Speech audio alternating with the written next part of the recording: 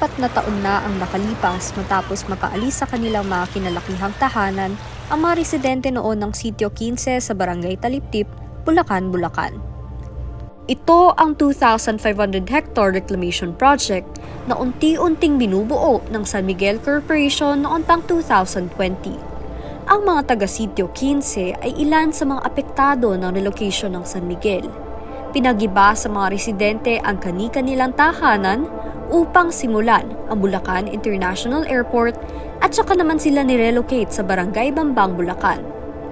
Ngayon, kita pa rin ang bakas ng sugat na iniwan ng proyektong ito mula na mapalayas ang mga residente ng Sitio 15, isa sa 7 sitio na apektado ng tinatayong airport.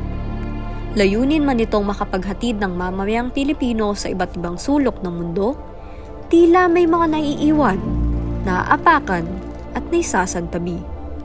Ngunit hindi lang buhay ng mga tao ang nawala ng kapanatagan mula nang umpisahan na ang construction ng airport. Maging ang kalikasan ay tuluyan na ring natatanggalan ng kasaganahan. Ako pala si Sherlina Masorca, dating taga Sitio 15 Taliptip, Bulacan. Kami yung nakalipat dito sa Pulo Bangbang na dating taga Taliptip na apektuhan ng project ng airport. Kaya dito kami nakalipat ngayon sa Bangbang. Ayon kay Shirley, maraming nawala sa kaniyang pamilya mula nang mapaalis sila sa dagat. Ang munting pamilya ni Shirley ay binubuo ng kanyang asawang si Teody Bacon at ang kanilang 2 batang anak na parehong hindi pa nag-aaral. Nababuhay sila noon sa pamamagitan ng pangingisda at pag-aalimango ni Teody at pagtitinda ni Shirley sa kanyang sari-sari store malapit sa dagat. Ang dati nilang tirahan sa munting pulo ng Sitio 15 ay lubog na sa tubig. Walang ni isang bahay o puno ang naiwan at naghihintay na lamang matabunan ng lupa.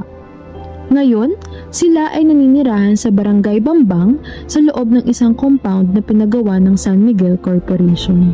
Ayon kay Shirley, mayroong 6 na kabahayan kung saan namumuhay ang nasa 35 residenteng napaalis dahil sa pinapatayong airport. Giit ng mga residente gaya ni Shirley, ang relocation site ay hindi akma sa kanilang buhay dati dahil pangingisda ang kinagisnan nilang hanap buhay. Sa bago nilang tahanan, wala silang mapagkakakitaan. Dahil bukod sa nalalayo ito sa dagat na nooy pinagkukunan nila ng araw-araw na kita at pagkain, malayo rin ito sa mga pabrika kung saan pwedeng magtrabaho ang mga residente. Ang bagong bahay ng mga residente ay may kaakibat na patong-patong na mga issue. Kung noon ay nakasalalay ang tubig nila sa dagat at ang kuryente naman sa araw, ngayong mas moderno ang kanilang pamumuhay, ay lubog naman sila sa utang. Nandito ako ngayon sa Barangay Bambang, ang tahanan ng ilan sa mga pamilyang lumisan sa Barangay Taliptip upang maitayo ang paliparan sa Bulacan. Inilipat sila sa isang maliit na compound na mayroong 6 na kabahayan. Sa 350 na pamilyang nakatira sa Taliptip dati, 6 na pamilya lang ang nakakuha ng pabahay mula sa San Miguel Corporation na nangunguna sa reclamation project na ito. Narito ang sala, kwarto, at banyo sa tahanan nila Shirley. Ayon kay Shirley, hindi kasama ang kusina sa pinagawang bahay ng San Miguel Corporation. Sa salaysay ni Shirley, hindi matibay ang unang pabahay na handog ng San Miguel dahil gawa ito sa kahoy. Napatayo si bahay. Lumindol. Bumagyo. Nag-crack yung bahay namin. Nang ito'y masira, pinatayuan ulit ng San Miguel ang mga residente ng mas matibay na tahanang gawa sa semento. Ngunit hindi pa rin ito perpekto. Aniya, Ganda bahay namin. Nakakatulog kami ng maayos. Di kami nababasa ng tubig. So, yung iba nilulubog. Kami lang hindi nilulubog. Pero, lubog kami sa utang. Kasi nga, yung trabaho nga, hindi naman enough sa pang-araw-araw namin pamumuhay. Kaya maganda ang buhay doon. Kahit simple lang yung bahay, simple lang yung buhay, hindi ka naman problema sa lahat ng bagay. Dito kasi pag bagyo, tas walang hanap buhay. Kasi pag bagyo, di ba mga contraction, minsan nag-i-stop sila. Wala kang kita. Gutom ka. Noong una, Pinangakuan sila ng San Miguel Aerocity, konsensyonaryo na kontraktor ng San Miguel sa proyekto, ng buwan-buwang pinansyal na tulong at stable na trabaho. Pero tila unti-unting naglaho ang mga pangakong ito dahil bukod sa hindi sapat na suportang inaabot ng San Miguel, hindi rin ito ay tinuturing ng mga residente na mabisa at pangmatagalang solusyon. Pero nung nalipat na kamo po kami dyan sa Bangka, binigyan nila kami pang negosyo, crossing code. Tapos, ayun, binalago namin na nung nalipat na kami sa San Nicolas, hindi na namin napalago dahil pandemya na nga. Tapos, nag-stop na. Tapos yung mga tao dahil wala nga trabaho, hindi na nabayaran. Kaya nalugi na siya, na-bankrupt na. Yun ang nangyari. O ilang buwan magdudusa hanggang ngayon, walang trabaho, pa-extra-extra lang. Kaya nga sabi ko, wala talagang isang salita ng mga to. Sa totoo lang talaga. Talagang hanggang pangako lang sila kung trabahong pag-uusapan bago ka makapasok, naghihingalo ka na. Ang pangakong pangkabuhayan ng San Miguel ay umabot lang din ng 1 taon. Kaya naman, namasukan na lang noong una ang asawa ni Shirley sa Parañaque bilang isang construction worker. Nitong 2023 na, buntis ako, nandun siya, nagtatrabaho. Umiiyak na ako kasi nga, ang weekly ako nagpapa-ultrasound dahil monitoring yung bata nga dahil nga mataas yung sugar ko. Sabi ko, Diyos ko, hindi ko naranasan itong buhay na ganito. Sa kasalukuyan, nagtatrabaho sa Zambales ang kanyang asawang si Chody. Naibenta na kasi ang bangkang pampalaot nito para ipambayad sa mga utang nila noon. Nalayo ang mga anak ni Shirley sa piling at aruga ng kanilang ama upang may ahon muli ang kanilang tahanang nalulugmok na sa kahirapan. Pero paano nga ba sila nalipat mula Sitio 15 papuntang Barangay Bambang? Nauna talaga nagpaalam sa amin, may isang bangkang malaki dumaong sa Sitio 15. Tinanong kami, alam nyo ba na itong lugar na tinitirhan nyo ay mapapaalis na kayo balang araw? Dininay pa kamo yun sa amin, doon mismo sa bayan. Hinarang ko kami ng mga pulis. Ang kasama kasi namin doon, yung isang sekretary ng pulis, ay ng mga kapalian, bali coordinator. Eh talagang sabi, hindi daw totoo, fake news daw kami maniwala. Sabi ng mga tauhan, dahil hindi naman humarap sa amin ng New York. Ang New York nung si Patrick Meneses pa. Unti lang daw kasi ang tumindig para sa kanilang karapatan dahil sila lang ang nakinig sa tinuro ng mga human rights lawyers gaya ni Attorney Marlon Emanuel nung kinokonsulta pa lamang sila ng San Miguel. Dahil sa parokya ng Bambang, nakakuha sila Shirley ng public attorney. Pero kung talagang matatag kami at gusto talaga nang ipaglaban yung babae, tindigan namin. Huwag kami matakot kasi hindi daw talaga may iwasan na talagang may pananakot na mangyayari. Nadalaw-dalawin kami ng mga pulis. Talaga naman nangyayari. May pumunta na naman sundalo. 6 na piraso. Sabi, naka-destino daw siya dyan sa siya daw yung naka-assign dito sa Region 3. Kinausap naman ako. Sabi sa akin, ate, dati ba kayo nasa coastal kasi isa kayo sa mga nakalista doon? Sino ba nga yung mga kasama mo? Sabi ko, bakit sir? Sabi niya, eh kasi balita ika, yung namumuno sa inyo, EPA.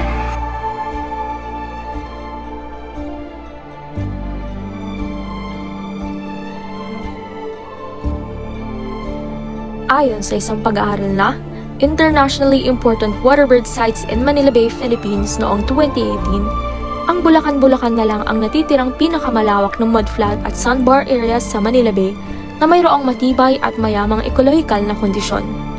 Ang mudflats ay feeding at nursing areas ng mga isda sa karagatan at nagsisilbi rin itong depensa ng mga komunidad mula sa malalakas na alon. Sinusuportahan ng Bulacan ang 20,000 waterbirds at iba pang uri ng globally recognized na hayop. Noong 2020, nakakita ng isang black-faced spoonbill sa Talitip. Isa itong endangered species na ibon. Ang Talitip din ay tahanan ng 3 uri ng mangroves at isa ito sa mga sanhi ng masaganang produksyon ng isda sa kabaan ng Manila Bay. Ngunit sa kabila ng panawagan ng environmental advocates na nakasisira sa kalikasan ang proyekto, nakakuha ng Environmental Compliance Certificate o ECC ang San Miguel para sa Bulacan International Airport noong 2021. Nakasaad sa ECC ng korporasyon ang mga ginagawa nitong aksyon upang mapangalagaan pa rin ang biodiversity ng Bulacan. Ilan sa mga ito ang pagtatanim ng mangrove trees, pagbuo ng sustainable fishery plan para sa mga nirelocate na residente, at pangangalaga sa mga apektadong wildlife species gaya ng mga migratory birds. Ngunit ayon kay Shirley, mahigit 600 mangrove trees daw ang pinutol para umano sa airport site noong 2018. Pahayag ni Department of Environment and Natural Resources Secretary Maria Antonia Yulo Loizaga noong 2023,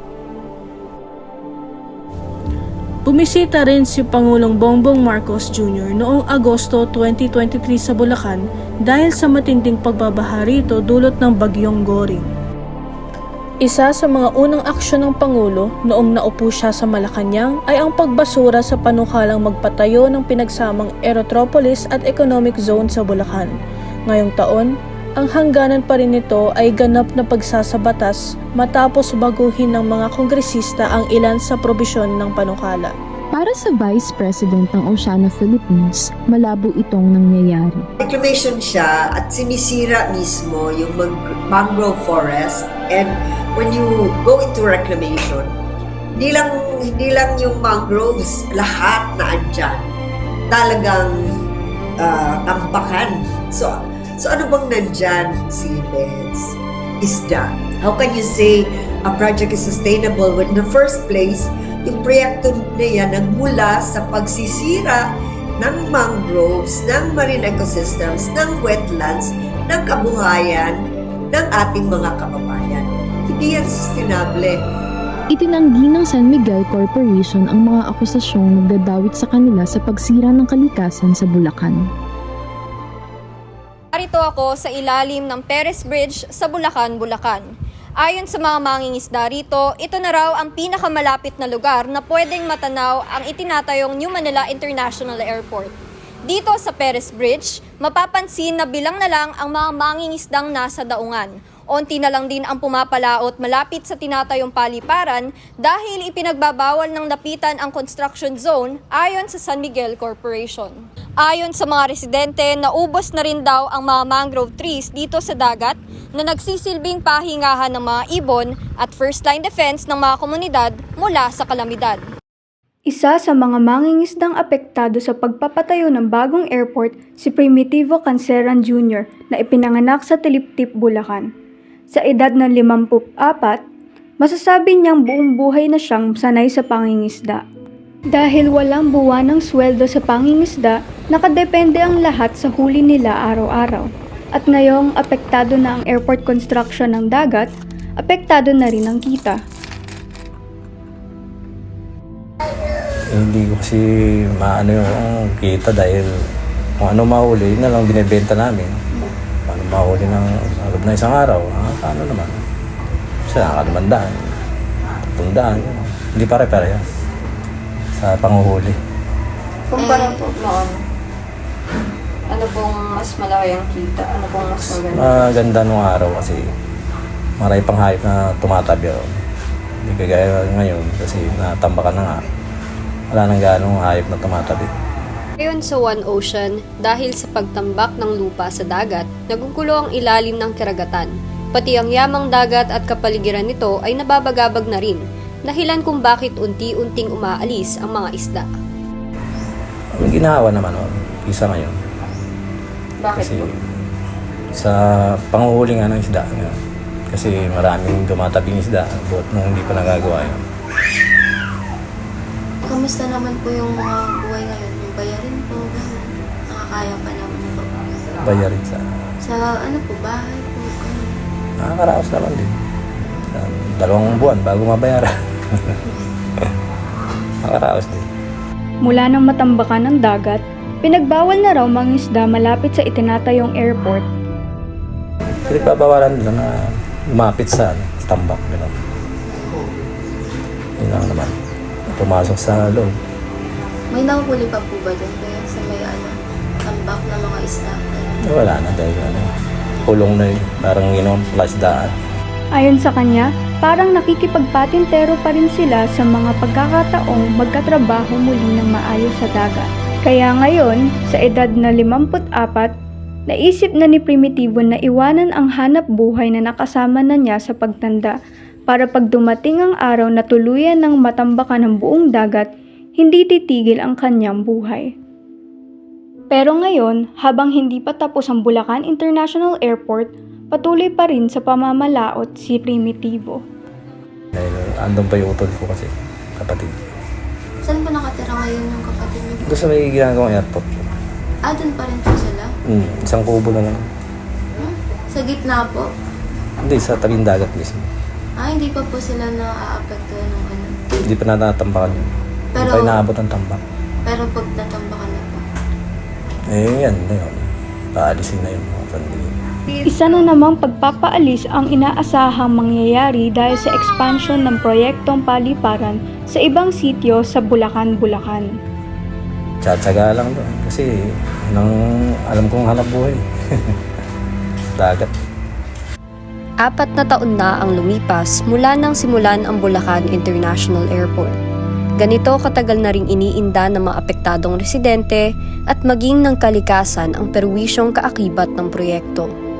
Para kina Shirley at Primitivo, kasabay ng pagtambak sa dagat ay ang unti-unti nilang pagkalugmok sa kahirapan na tila babahay at buhay nila ang kapalit sa pag-unlad na hatid ng paliparan.